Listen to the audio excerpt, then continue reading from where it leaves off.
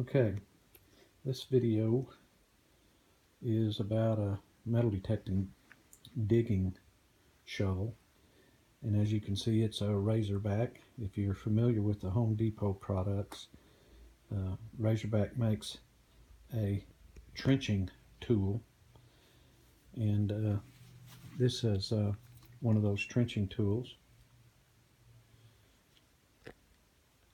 It comes a little bit too long for my usage, so I removed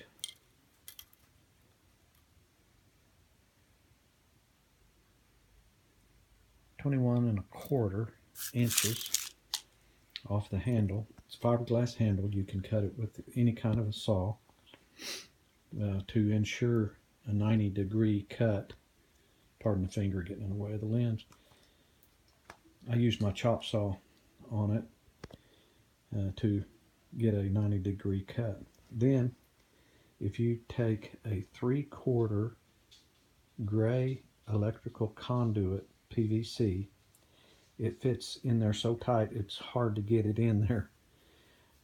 So you take a piece of PVC and then a 90-degree elbow if you want a handle like I made.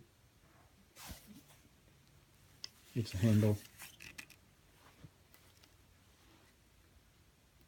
It's just an L-shaped handle.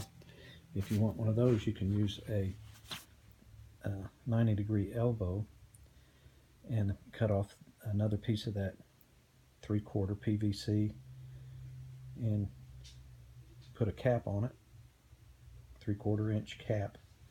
Then you have this type of a handle.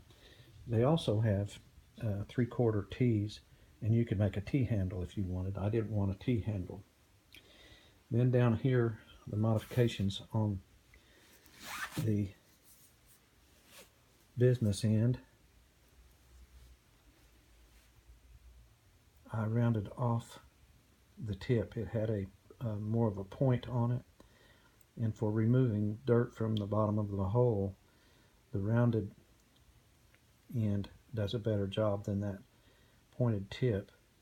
And also, if you hit a tree root or something, a small tree root, it glances off that point. You can't get the when you go to stomp on the shovel to cut the root, it seems to slide to one side or the other when there's a point. So I rounded it off some and then also sharpened about halfway up the blade on both edges.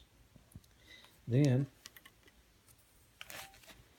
on the end, it had enough of a little place to put your foot, but it was kind of 90 degrees sharp turns on it.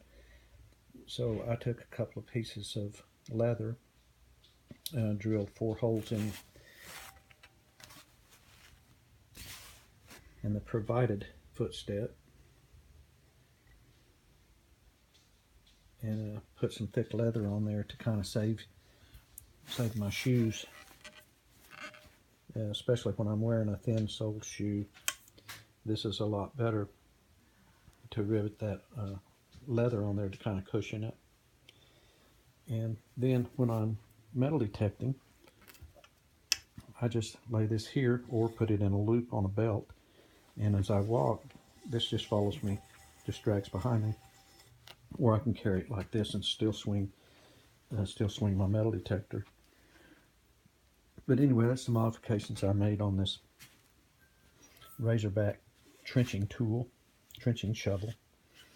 And I thought somebody might be interested in that, and I think it turned out pretty good. I went out and cut a plug in the backyard a while ago, and we had just recently got some rain, so finally get a plug to stay together. The soil was so dry before, it just comes out in a pile of dirt, but it cut a real good plug. And what I like about the trenching tools is you can kick it in the ground like this around in a circle to cut your plug, and then when you pull it down, that angle pops that plug without you ever having to bend over. You know, if you have a straight shovel, you have to go all the way to the ground to pop it out. With this, you can get it popped out while you're still standing. But anyway, that's my modification on that trenching Razorback trenching shovel. Thanks for watching.